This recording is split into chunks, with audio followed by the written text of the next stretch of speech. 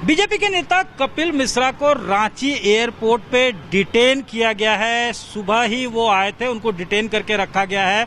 वो बरही जाना चाहते थे, जहां अभी जो है लॉ एंड ऑर्डर मेंटेन करने के लिए प्रशासन की तरफ से 144 प्रोमुलगेट किया गया है।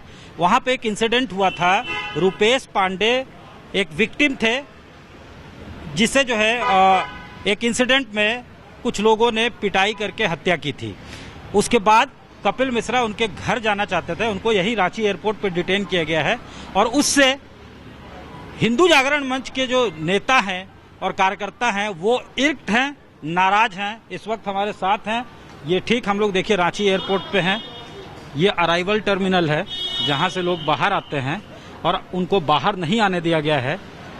प्रशासन इस बात को लेकर स्केप्टिकल है कि इससे लॉ एंड ऑर्डर पे इफेक्ट पड़ सकता है। गिरिडीह, कोडरमा, हजारीबाग, रामगढ़, 5 जिलों में चतरा, 5 जिलों में 144 जो है प्रोमुलगेटेड है। इस वक्त हमारे साथ ऋषि साहब हैं, हिंदू जागरण मंच के प्रदेश अध्यक्ष। इनसे सीधे बातचीत करते हैं।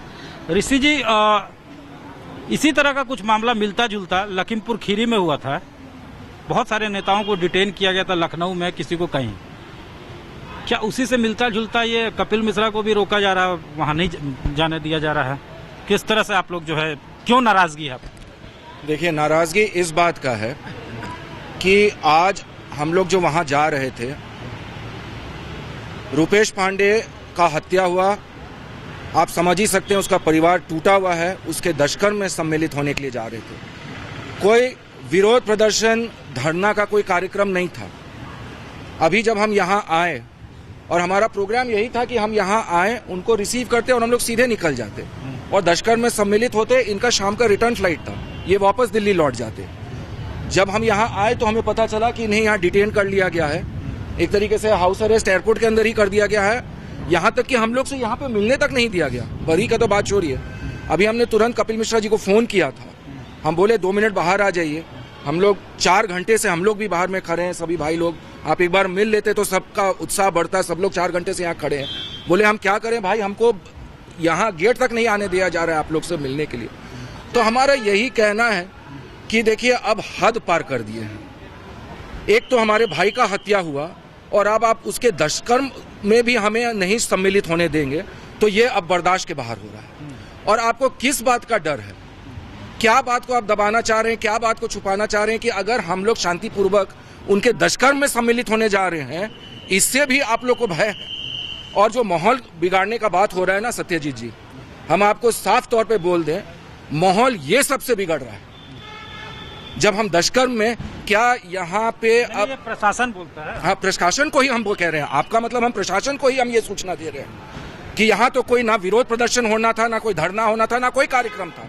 शांतिपूर्वक जाना था, दुष्कर्म में सम्मिलित होना था।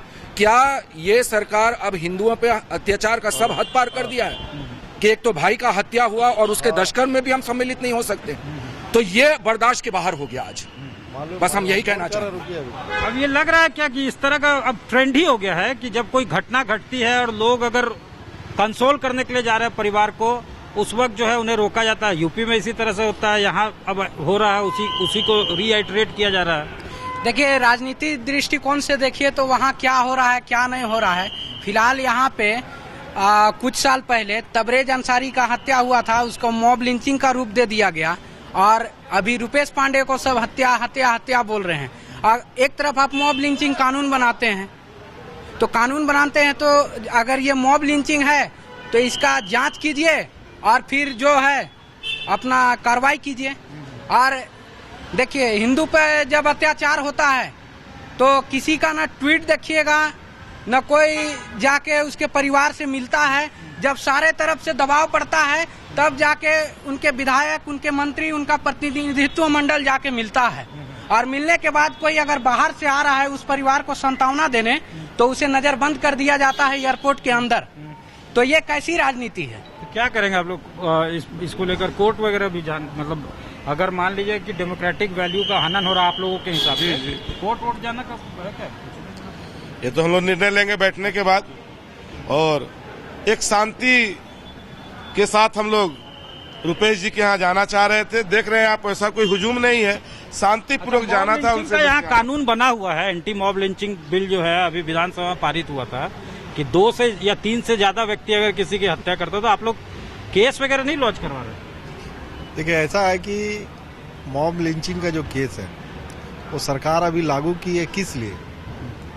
अगर भीड़ उसको मार, परिजनों ने कुछ करवाया या आप लोगों ने कुछ करवाया? उनके परिजनों के द्वारा, उनके चाचा के द्वारा तो केस हुआ, तो इकलौता बेटा थे, उनका तो घर का चिराग ही चली है।